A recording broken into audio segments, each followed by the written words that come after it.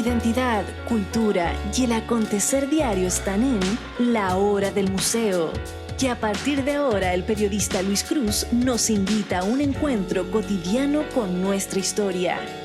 Aquí comienza La Hora del Museo, un programa del Museo Histórico Nacional USACH 94.5, la radio de un mundo que cambia. Hola, ¿cómo están? Sean muy bienvenidos y bienvenidas a un nuevo capítulo de La Hora del Museo, el programa del Museo Histórico Nacional que cada día se escucha en la señal de Radio USACH 94.5 FM y también en diariousach.cl, nuestro portal de noticias. Les cuento que el día de hoy nos visita un amigo de La Hora del Museo, un amigo de La Hora del Museo a quien no veía hace tiempo. Se trata del historiador Rafael Gaune. Y con él vamos a conversar acerca de su nuevo libro. Este libro que tengo acá lo voy a mostrar en cámara para todos los que están viendo esta entrevista por la señal de Santiago TV. Se trata de Los ojos y las manos del jesuita Diego de Rosales, un retrato editorial entre América y Europa, siglo XVII. El nuevo libro de Rafael Gaune Corradi. ¿Cómo estás, Rafael? Bien, muchas gracias en primer lugar por invitarme. Hace tiempo no venía, creo antes de pandemia. Antes de pandemia estábamos presentando, creo, el libro que editamos con Claudio Robles sobre el Homo Dolens, así que un gusto venir a este estudio también. Al nuevo estudio. Al nuevo estudio, sí. Sí, no, siempre es un placer conversar contigo, siempre haces una investigación muy interesante, así que estoy seguro que lo vamos a pasar muy bien en esta hora del museo. Y bueno, quisiera que partiéramos por el principio. Cuéntanos quién fue Diego de Rosales y qué te llevó a realizar esta investigación. Bien, Diego Rosales es un misionero que vive en Chile en el siglo XVII, entre 1630 y 1670 aproximadamente, español. Es un personaje que no es muy conocido, ¿no? Como a nivel de público masivo claro. General, ¿no? Pero tiene una actividad muy fecunda en relación a la interpretación, al desciframiento de la cultura indígena, a la escritura de su libro principal, La Historia General del Reino de Chile, Coma Flandes Indiano. Es un burócrata de la Compañía de Jesús, es jesuita, es administrador, es polémico, es una persona en ese sentido que cumple varios cargos al interior de la Compañía de Jesús a nivel institucional, pero a mí, más que su vida institucional, que es parte de su vida, obviamente, claro. Lo que me interesa es más bien la reflexión intelectual de Diego Rosales, o sea, cómo escribe, por qué escribe, cuál es el objetivo de su escritura. Y yo lo que propuse o lo que me propuse hacer en este libro es más bien una biografía a partir de su escritura. No una biografía clásica así como heroica sobre claro. Rosales, sino que más bien entenderlo a través y por obra. Medio de a través de su obra. Qué interesante. Oye, y deberíamos entender a Diego Rosales como una figura que proviene, que pertenece de la élite intelectual del Imperio Español. ¿Era como una figura de primerísimo orden en la corona española? No, absolutamente no. Él, o sea, si hacemos esa jerarquización, él se hace autor cuando ya está en Chile. Ya. No es de los grandes autores de la Compañía de Jesús como Suárez, José da Costa, Valiñano, Mateo Ricci, Posevino, que son autores leídos en todas las partes del mundo, ¿no? Él, su intención primera es ser misionero y cristianizar a los indígenas en el sur de Chile. A eso viene. Una vez acá empieza a escribir a desarrollar obra. Y obviamente él se convierte en autor formal de la historia de Chile recién en el siglo XIX, cuando Vicuña Maquena lo publica, ¿no? Compra este manuscrito en París, que esa es otra historia de cómo llega el manuscrito a París, y lo publica en medio de la llamada, entre comillas, pacificación de la Araucanía, ¿no? En el sentido de como un gesto de decir, bueno, aquí hay una historia de Chile, del sur de Chile, de la conquista militar espiritual. Claro. Y en ese momento donde Rosales se convierte en un autor de la historia de Chile de forma muy tardía porque su libro no se publica. Estuvo 150, 200 años más o menos. Estuvo perdido casi 2 siglos, prácticamente, casi justo 2 siglos. Y eso da cuenta de los mecanismos de censura del libro, de la lejanía de Chile. Claro. O sea, imagínense que Rosales escribe esto en Concepción, primera parte, después en Santiago, lo manda después a España, el manuscrito en el viaje se destruye, luego es censurado, luego es regresado. O sea, es un periplo bien infausto el manuscrito, ¿no? Algo que me interesa mucho que nos cuentes, que es parte del contexto como para entender la figura de Diego Rosales, tiene que ver con la labor de los intelectuales que también eran parte de la iglesia. Porque a diferencia de lo que pasa ahora, ¿no? Donde tenemos una academia que es laica, podríamos decir, y que responde básicamente a sus pares, con todo el sistema de paper y publicación indexada. Pero me gustaría que nos pudieras dar como un bosquejo de cómo era la intelectualidad de esta época. O sea, Diego Rosales, ¿a quién lo financiaba? ¿Por qué escribía? ¿Sabía si lo iban a leer o no? No, ¿A quién respondía también? El mundo de los letrados, por decirlo de alguna forma, en el antiguo régimen, 16, 18 aproximadamente, es muy distinto a lo que entendemos ahora por qué es un autor, por qué se escribe. Un punto clave que yo siempre le digo a mis estudiantes es que los autores en esta época no escribían libros, escribían manuscritos que por el azar, por cosas económicas, se convierten en libros. Y de hecho, en el siglo XVII sobre todo, circulan más manuscritos que libros. Ya. El autor no se entiende como una entidad individual, ¿no? El autor se entiende más bien como un espíritu de los tiempos, citan los mismos autores. Por eso, a ojos contemporáneos, muchas veces nosotros podríamos decir, bueno, ellos se están plagiando uno tras otro, sobre todo jesuitas que tenían lecturas muy compartidas. Pero lo que uno debe entender y situar a estos sujetos en su contexto es que ellos comparten una cultura en común y ellos se hacen letrados, sobre todo Rosales, por el azar básicamente y por contar su historia como misionero y contar su historia como un conquistador espiritual en tierra indígena, en tierras mapuche, ¿no? Entonces... Y en términos prácticos de lo que tú has podido investigar, ¿a quién respondía el Diego Rosales? ¿A la corona española o a la iglesia? ¿O a los dos? Porque tenían dos jefes. ¿Y cómo era esta relación? Ambos.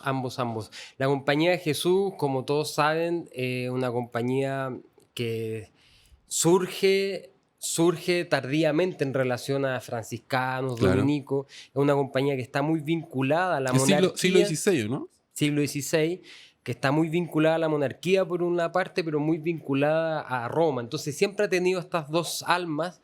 Y en el caso americano, la compañía responde a esas dos almas, ¿no? No hay intentos como de rebeldía con respecto a la monarquía, eso se va a ver de forma muy tardía con la expulsión. Claro. Pero ni siquiera con la expulsión uno puede encontrar así como críticas abiertas a la corona española. Claro. Y en el caso de Rosales, efectivamente, es instalar su libro, su manuscrito más bien, luego de la gran rebelión mapuche en 1655, donde él era capellán, por decirlo de alguna forma, del ejército español, queda cautivo un par de meses, luego se va a escribir este libro. Entonces, el motivo principal de escritura de este misionero, autor, es contar esa historia de la conquista conquista del sur de Chile principalmente, ¿no? Claro, como compartir esta experiencia. Claro, y eso él lo quiere instalar, como tú me preguntabas, a quiénes responden en esas dos dimensiones. Lo quiere instalar en Roma y lo quiere instalar en Madrid, ¿no? Claro, y con este formato manuscrito. Pero cuando decimos manuscrito, ¿significa que el manuscrito original se copiaba de puño y letra o es que circulaba un solo cuadernillo, podríamos decir? Mira, Rosales con su Flandes indiano, que así se conoce el manuscrito y el libro, se conservaba un manuscrito acá en el Archivo Nacional, manuscrito que fue transcrito recientemente por el filólogo Miguel Donoso y que ha venido Sí. a este programa a contar de esa como trayectoria, experiencia claro. académica. Lo que siempre se supo, y eso se supo por Mario Góngora en los años 80, que existía otro manuscrito del Flandes indiano en el archivo también. Una copia. Una copia, pero que no es tan copia porque es otro manuscrito con otra letra, con otra tinta. ¿Ya? Hay otras anotaciones y recientemente lo publicó Miguel y lo tituló de forma muy acertada el sumario de la historia general del Reino de Chile. Ya. Entonces, por lo menos sabemos que hay dos manuscritos que es una copia extraña, ¿no? En ese sentido, pero el objetivo primordial de Rosales era mandar este manuscrito, el que está en el Archivo Nacional, mandarlo a Madrid y publicarlo a Madrid. Claro. Rafael, tenemos que hacer la primera pausa de esta hora del museo para todos los que están escuchando y viendo esta entrevista. Les cuento que hoy estoy conversando con el historiador Rafael Gaune Corradi acerca de este libro que tengo en mis manos. Lo voy a mostrar a cámara. Se llama Los ojos y las manos del jesuita Diego de Rosales, un retrato editorial entre América y Europa, siglo XVII. Este libro todavía no ha sido presentado, pero ya debe estar disponible en la página web de la editorial universitaria, para que todos lo busquen. También va a estar disponible prontamente en La Flor de Papel. Nos vamos a la primera pausa y luego continuamos con más Hora del Museo.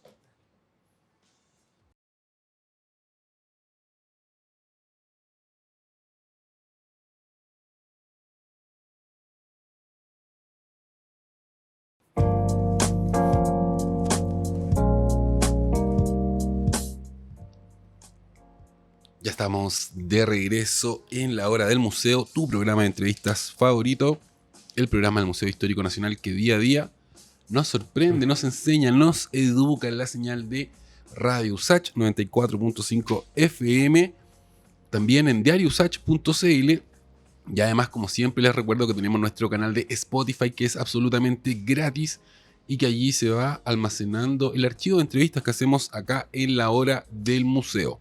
Además, les cuento que esta entrevista está siendo transmitida por la señal de Santiago TV, la 50.1. También estamos en Zapping TV, el 166, y Mundo Pacífico, el 522. Y en el futuro esperamos tener también un canal de YouTube para que todos estos videos, todas estas entrevistas que hacemos con video, ustedes también puedan acceder a ellas. Dicho esto, les cuento que hoy estoy conversando con el historiador Rafael Gaune Corradi acerca de su último libro. Rafael ya ha venido varias veces a la Hora del Museo y este es su último trabajo. Se trata de Los ojos y las manos del jesuita Diego de Rosales, un retrato editorial entre América y Europa, siglo XVII. Rafael, algo que me gustaría que nos cuentes también tiene que ver con el trabajo de investigación mismo, con las fuentes que utilizaste. ¿Cómo se investiga un personaje, digamos, que vivió hace 3, 4 siglos? Sí, no, lo que yo conviví, entre comillas, con este personaje durante aproximadamente 10 años, sin darme cuenta, ¿no? A ver, ¿cómo es eso? Es un personaje que yo conocía, que había leído en el pregrado, no con mucho agrado, porque la lectura no es es árida, ¿no? Investigando por otro tema, sobre todo por mi tesis doctoral, en distintos archivos chilenos y europeos principalmente, me aparece este nombre, un nombre que conocía como autor, pero no conocía como la vida documentada que tenía detrás de eso. Y lo investigo, empiezo a escribir sobre él y hace 2 años atrás me doy cuenta que efectivamente tengo ¿Qué? como una narrativa, un relato articulador en torno a la vida de este jesuita, ¿no? Y ahí me doy cuenta que tenía un espectro de su vida bastante cubierto, ¿no? Desde que llega a Chile, pero también en Madrid, buscando conjeturas dónde había nacido, dónde se había educado, qué había leído. Yo creo que el elemento clave acá siempre es un poco el azar, ¿no? Y el azar fue encontrarme en el Archivo Histórico Nacional de Madrid ¿Ya? el documento de genealogía de sangre de Rosales, en el sentido de limpieza de sangre, donde él, para entrar, no para entrar a la Compañía de Jesús, sino que más bien para pedir un cargo a la Inquisición de Lima, en este caso era ser parte de la Inquisición de Lima, como censor, él manda sus papeles a Madrid pidiendo o certificando su limpieza de sangre, es decir... ¿Que no es judío? Que no es judío, que no tenía sangre judía por las dos ramas familiares, ¿no? Entonces, la transcripción de ese documento, que es un documento corto pero muy denso que está en el libro, me hizo un clic en el sentido de que yo estaba conociendo a este autor más allá de su propia escritura. Entonces, desde ahí empiezo a articular como un relato que no es propiamente biográfico, ¿no? Sino que es más bien editorial, ¿no? Editorial, sí. Claro. Mencionaste la Inquisición y sobre la Inquisición pesan un montón de acusaciones muy fundadas. Sin embargo, me gustaría que nos expliques qué era la Inquisición en la que entra a participar Diego de Rosales. Por este es un intelectual, digamos, y uno tiene la idea de en la Inquisición torturaban gente, quemaban brujas, como esta institución horrible, como esta Dina de Roma, pero me imagino que era mucho más que eso, y quisiera que nos expliques. No, la Inquisición es un sistema jurídico complejísimo, ¿ya? Que surge en primera instancia, es una institución medieval que se va a profesionalizar, institucionalizar, sobre todo en España e Italia. Posterior, con los reyes católicos, principalmente en España, van a unificar el tribunal que surge en primer lugar para perseguir al clero, ¿no? Claro. A sacerdotes y monjas, en el sentido de mantenerlos dentro de los límites establecidos por ellos mismos. Lo curioso de Diego Rosales, al solicitar ser parte de la Inquisición en Santiago de Chile, que es una oficina muy periférica, la oficina central en América del Sur era Lima, era más bien, y acá esto yo lo planteo como hipótesis en el libro, que era básicamente no para ser miembro de la Inquisición en cuanto tal, sino que para buscar publicar su libro. ¿En serio? Efectivamente, ¿no? En el sentido de... Y por eso en el manuscrito, en el frontispicio de la Historia General del Reino de Chile, se remarcan dos cosas, que es natural de Madrid y que es miembro de la Inquisición, ¿no? En el sentido de... Es como una protección, podríamos decir. Es una protección que él pensaba que con esto podía saltar ciertas censuras eclesiásticas, todas las dedicatorias y las aprobaciones que hacen otros miembros de Agustino, franciscano y dominicos, que hacen declaraciones como alabando el trabajo de Rosales. Todos indican al unísono que es miembro de la Inquisición, ¿no? Y es porque efectivamente él era miembro de la Inquisición, pero esto era una forma oblicua de situar su manuscrito, ¿no? Claro. Para que fuera publicado. No hay vestigio, no hay registro de que él haya operado como censor de la Inquisición desde Santiago. Claro. ¿No? Entonces, y también, aunque no haya operado como censor de la Inquisición desde Santiago, tener ese cargo era un cargo honorífico en una sociedad de antiguo régimen. Claro. ¿No? Oye, ¿por qué necesitamos entender a Diego Rosales hoy en día? ¿De qué nos habla la historia de Diego Rosales? Sí, esa es una muy buena pregunta, en el sentido de por qué a alguien le puede interesar leer un jesuita que termina de redactar su manuscrito en 1674, que lo publica en el siglo XIX, que hay una edición moderna hecha por Mario Góngora en los años 80 y que ahora va a salir otra prontamente, yo creo, próximo año. Yo creo que por dos aspectos. Yo creo que por la originalidad de Diego Rosales en comparar a Chile con el Flandes indiano. Ya. Y eso a mí me parece extraordinario, como un gesto literario, como un gesto político, como un bautizo de Chile, ¿no? ¿Por qué? Porque Diego Rosales piensa en un lector europeo que no sabe dónde está Chile, que no sabe quiénes son los chilenos, las chilenas, geográficamente no tiene idea de dónde está Chile, y le hablan de una guerra con indígenas que no conocen, que no han visto. Entonces la forma que tiene Rosales para captar de cierta forma la atención de un lector europeo, captación que nunca ocurrió por decirlo, ¿no? Es situar en coordenadas, podríamos decir, inteligibles para un lector europeo, decir Chile es un Flandes indiano, al igual que la guerra que están haciendo los españoles en el Flandes europeo, en la guerra de los 80 años, ¿no? Cuéntanos un poco acerca de esa guerra, porque así como le pasaba a los europeos que no tenían idea de la guerra que había acá entre mapuches y españoles, muchos chilenos, muchos auditores no tienen idea de esta guerra tampoco, ¿no? De la guerra del Flandes. Claro, no, mira, lo que a mí me gusta mucho y siempre lo hago en clase es situarlo esto desde Chile, entender la guerra de los 80 años, no al revés, en el sentido de que en forma simultánea, para la monarquía de España tenían muchos territorios en guerra. Tenía muchos frentes abiertos. Muchos frentes.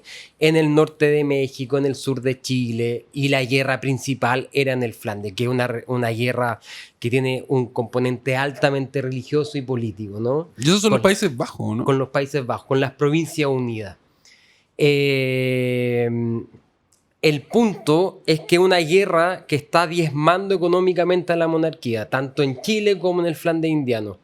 Entonces, políticas, y esto es lo interesante que lo podamos analizar desde Chile, ¿no? Porque la guerra de los 80 años es una guerra archiconocida y archiestudiada en Europa.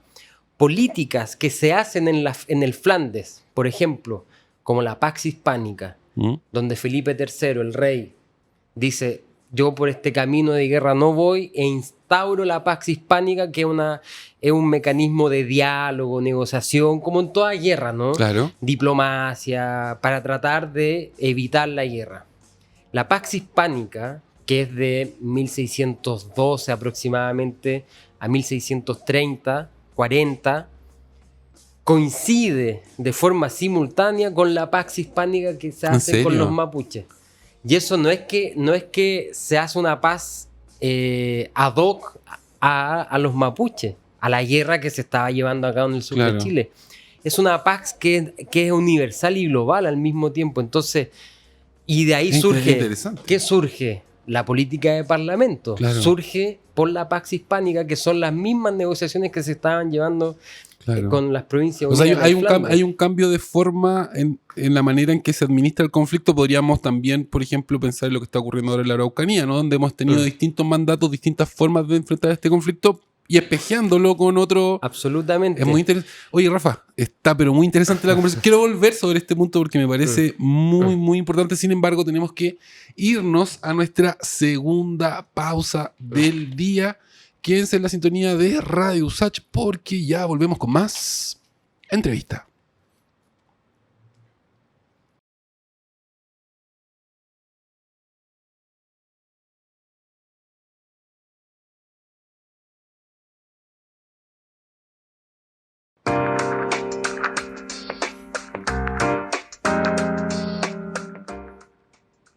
Ya estamos de vuelta en la hora del museo. Tu programa de entrevista favorito, el programa del Museo Histórico Nacional que día a día suena fuerte en la señal de Radio USACH 94.5 FM, también en Santiago, no, lo dije mal, en Santiago TV, la 50.1 y en Diario USACH. Eso fue lo que me confundió. Quería decir diariosach.cl porque ahí ustedes pueden escuchar el programa, el audio, solamente el audio si lo quieren ver. Es en Santiago TV, en la señal digital. Les cuento que el día de hoy estoy en muy buena compañía. Casi se me cae la botella. Estoy junto al historiador Rafael Gaune Corradi. Con él estamos conversando acerca de su más reciente publicación, Los ojos y las manos del jesuita Diego de Rosales, un retrato editorial entre América y Europa, siglo XVII. Este libro está disponible desde ya en la página web de la editorial universitaria y también prontamente en laflordepapel.cl. Rafael, en el blog anterior me dejaste alucinando con esto de dónde venía el Flandes y que España en el fondo cambió su visión para enfrentar la guerra y espejeó, ¿no? Como el conflicto que tenía la guerra de los 80 años con la guerra de la Araucanía. Ahora quiero que pasemos a hablar sobre algunas de las ideas que tenía Diego de Rosales, que me llamaron bastante la atención. Me gustaría que nos contaras qué postura tenía Rosales respecto a la tradición esclavista de España. Porque los españoles nunca, o sea, es difícil que un español reconozca su tradición esclavista. Sí, bueno, es una discusión complejísima, que es una discusión abierta en España hoy día. Gran parte de la historiografía española Lo niega y dice, bueno, les llevamos el progreso, la civilización y más, claro, más que negarlo, la lengua.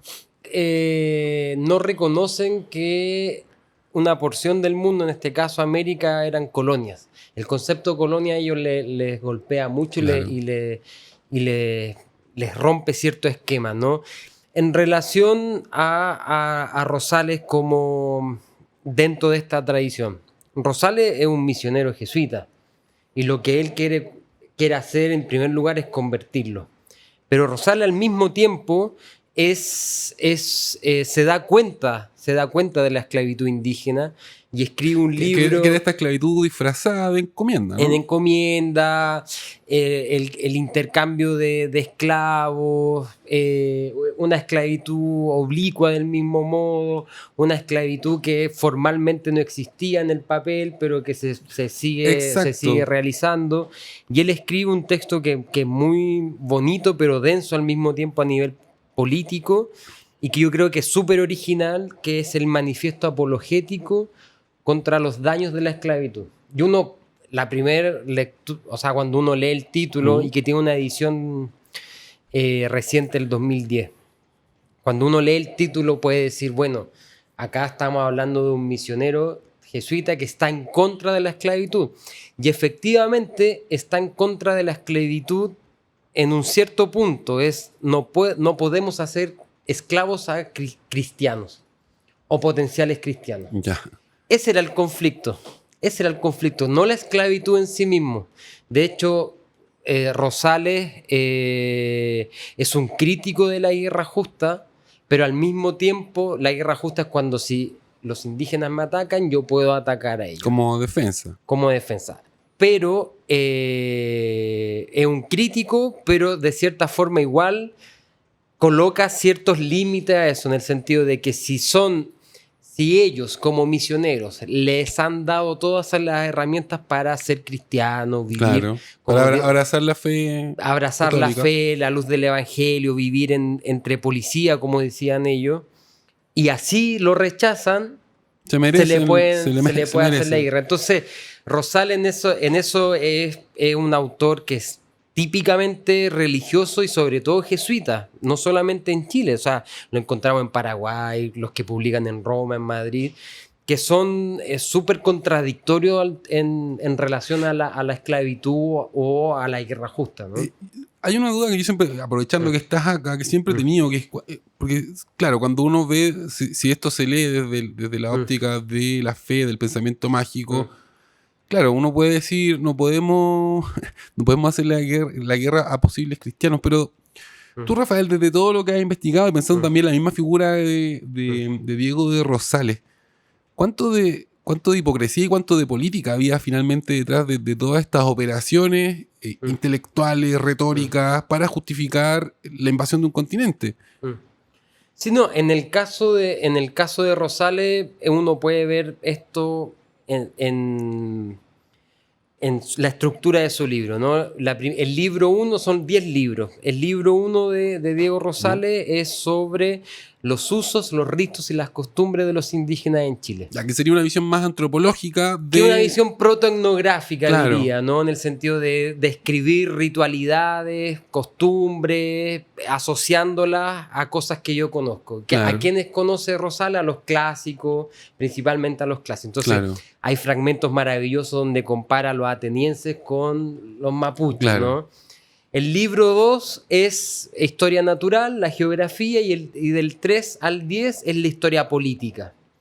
Entonces, acá, efectivamente, en primer lugar, si hay una operación política, por decir con términos contemporáneos, de contar una historia que es política. Claro. Y que tiene que contar la historia de gobernadores, Y digamos, de familias, a eso voy, porque etcétera. sí, pero que también son, en el caso de Diego de Rosales, son intelectuales, o sea, gente que sabe perfectamente lo que está haciendo y lo que está pasando, ¿no? O sea, no es solo la lectura de la fe, hay una lectura del poder también, absolutamente. ¿No? Y ahí volvemos a las dos almas de estos autores que responden a Roma como el poder espiritual, pero responden al mismo tiempo al poder temporal, porque ese es el poder temporal quien lo financia después.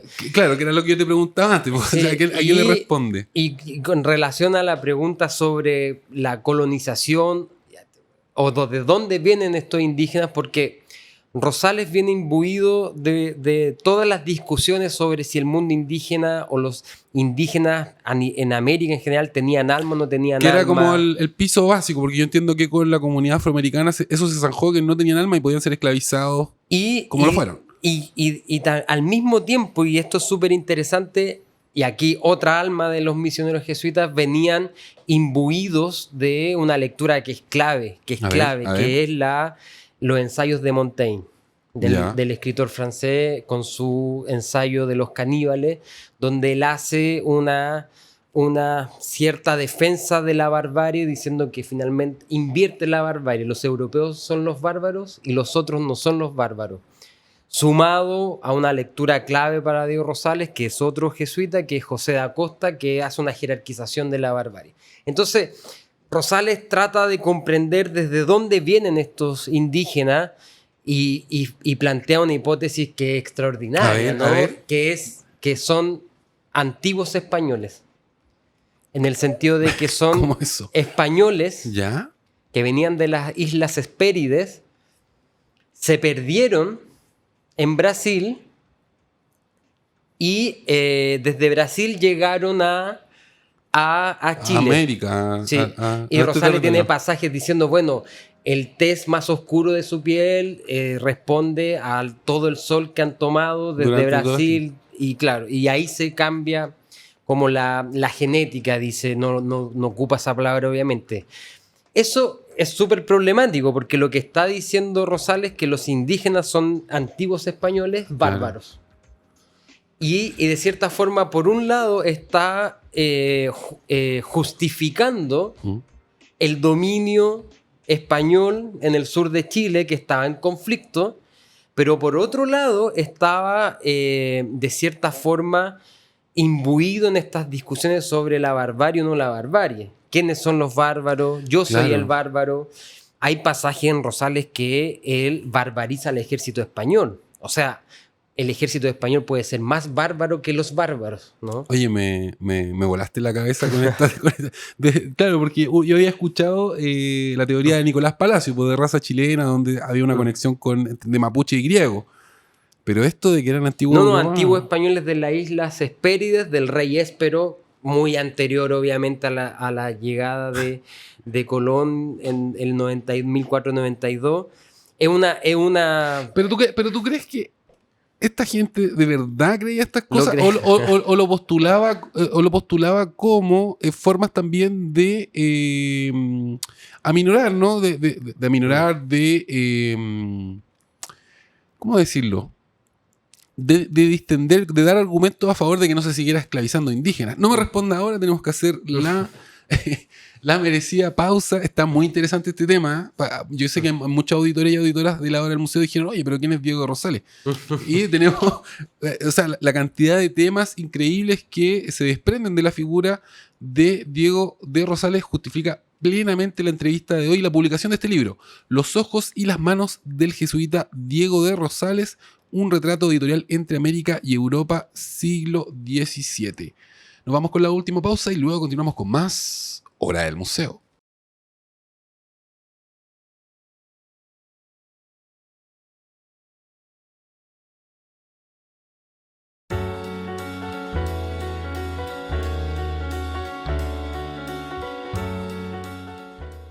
Ya estamos de vuelta en tu programa de entrevistas favorito, La Hora del Museo, el programa del Museo Histórico Nacional, que suena fuerte en la señal de Radio USACH 94.5 FM y también en Santiago TV en la señal 50.1. Recuerden que La Hora del Museo se transmite por la señal digital los días sábados y lunes.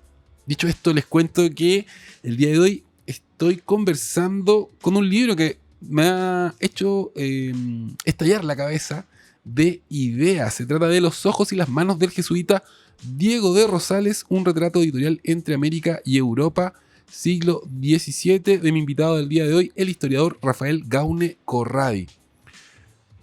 Rafael, en el bloque anterior te interrumpí porque yo tenía esta inquietud, ¿no? De cuánta hipocresía o cuánta conciencia había, ¿no? Porque son ideas.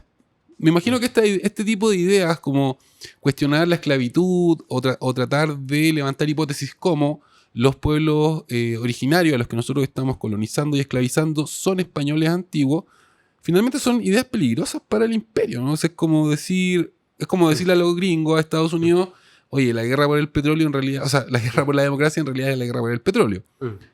A veces yo al ver la figura de Diego Rosales me pasa un poco eso. Entonces, desde tu perspectiva, sé que esto es interpretación, mucha hipótesis, pero ¿qué piensas?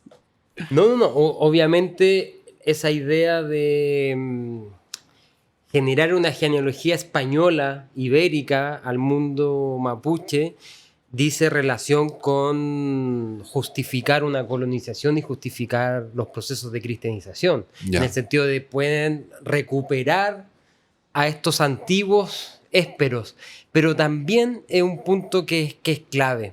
Y eso lo olvidé, que también sirve, y que esto viene de la Araucana también, para justificar la fiereza indígena con respecto a los no triunfos. O sea, son antiguos españoles. De ahí también se puede justificar que el conocimiento táctico, militar, etc.